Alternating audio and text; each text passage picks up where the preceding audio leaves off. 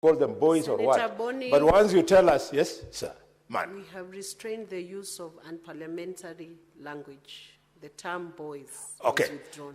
So, Don't use it again. yeah. The point of order, Madam Speaker, was the identity of the person or people who are sending the people he called those names. Who is this force? Proceed, Senator Osotsi.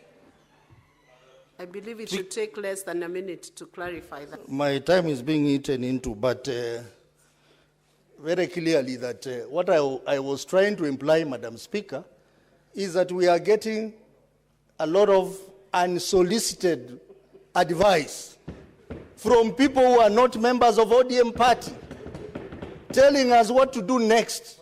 We do not want that advice because we are a strong party that has structures and that has systems on how decisions are made. So let them give us a break. We are reflecting and we will make the right decision. And we went to this election knowing there are two results, a win or a loss. And we were prepared for both. So all this hallucination and perception should immediately stop. Thank you, Madam Speaker. I support. Thank you, Senator Osotsi. Senator Edwin Sifuna, Watenya, Deputy Minority. Honorable Speaker, it is an honor to go after my Deputy Party Leader has spoken on the position of the party. Honorable Speaker, I want first of all to echo the words that the Senator for Vihiga has said, that we as ODM are extremely proud of the campaign that was run by our party leader, the Honorable Raila Amolo Odinga. We are extremely proud, Honorable Speaker, because even some of us who are way younger than us were envious of his energy to put in all those hours of flights, to go to all those capitals, to go and speak to all of those people so that they can be able to support him. There is consensus across the country, Honorable Speaker, that there was nothing wrong with the candidate. We presented the best possible candidate Kenya could have. If you look at his stellar experience in public life, even on the continent as the AU infrastructure envoy for the past few years, Honorable Speaker, we had the best candidate we could put forward.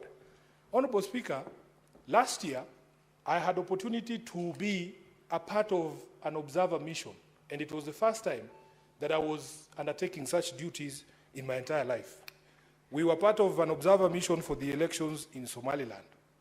And that is when, Honorable Speaker, I came to realize that sometimes the decisions that are taken in our internal borders or in the borders of one country, we think sometimes that they are entirely our decision. But I'm telling you, Honorable Speaker, I learned that many, many people, especially your neighbors, your geopolitical neighbors, have interest in what happens in your country. Honorable Speaker, when we were there, we realized that many of the countries around Somaliland had an interest. Addis Ababa had an interest in the election in Somaliland.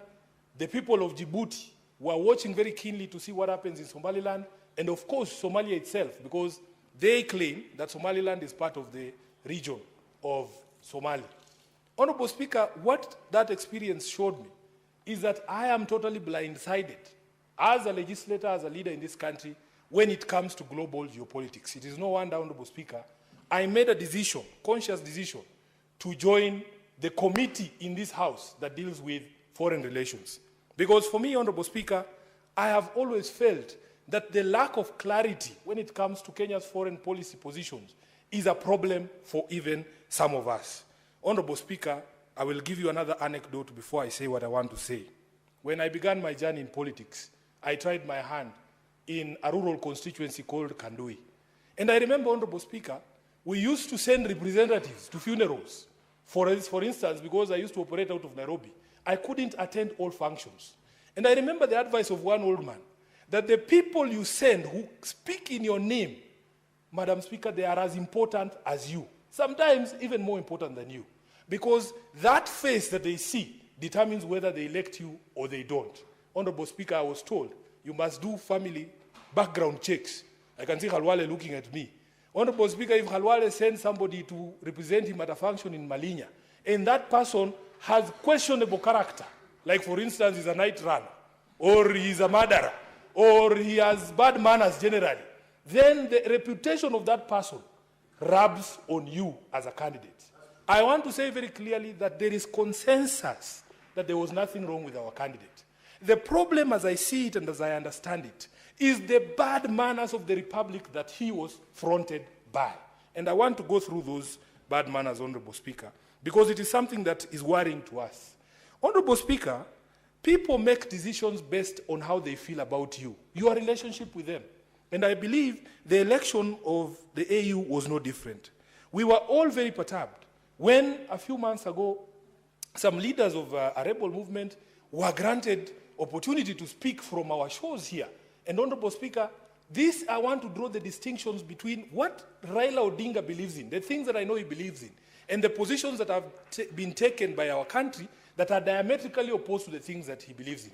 Raila Odinga is a Democrat. He would never support the appending of power other than by means of democratic processes. He would never support a situation where you have people who are threatening peace and stability in a neighboring country, and then you grant them, a stage for them to be able to perpetuate this division in their own homes. So therefore, Honorable Speaker, you have this Pan-Africanist who believes in democracy, who believes in the democratically elected government in the DRC, and then you have your own country, the sponsoring country, allowing rebel movements to have a stage in our own republic to say things and undermine democratically elected governments back home. Secondly, Honorable Speaker, there are certain things that I actually believe, like global conflicts, that I admit that maybe I do not have the solution. But Honorable Speaker, when your country takes a position on that, you instantly make enemies and friends. And the clearest example to me is the conflict in the Middle East. This is one of the most complex global conflicts, Honorable Speaker.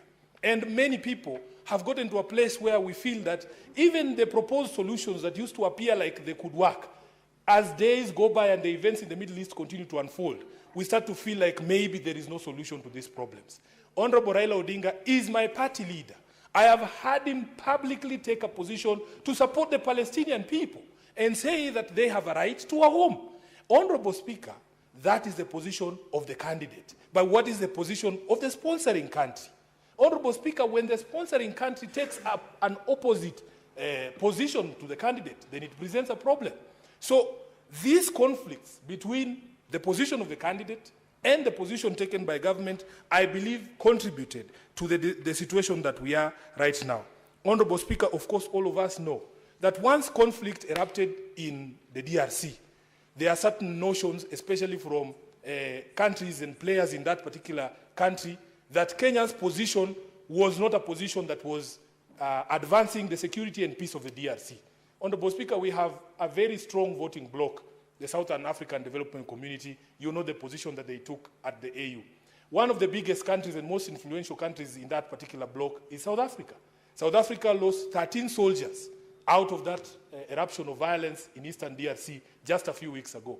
The feeling that I have seen amongst many of these people is that that conflict and that emergence of violence was mishandled by the regions, and especially by Kenya. Honorable Speaker, the evidence is in the fact that when our head of state called for a regional summit to discuss that conflict, in fact, the DRC refused to attend. Honorable Speaker, these political decisions that we make here internally, Madam Speaker, they have global implications. The positions we take as a country have implications of how the rest of the country, the world views us and our standing in the community of nations. Honorable Speaker, most of us were shocked. Just a few days ago, I was sitting at KICC, and there was a red carpet rolled out, and there were very lovely ushers there. And I remember asking them, and they were all dressed in a shade of red, I think it's called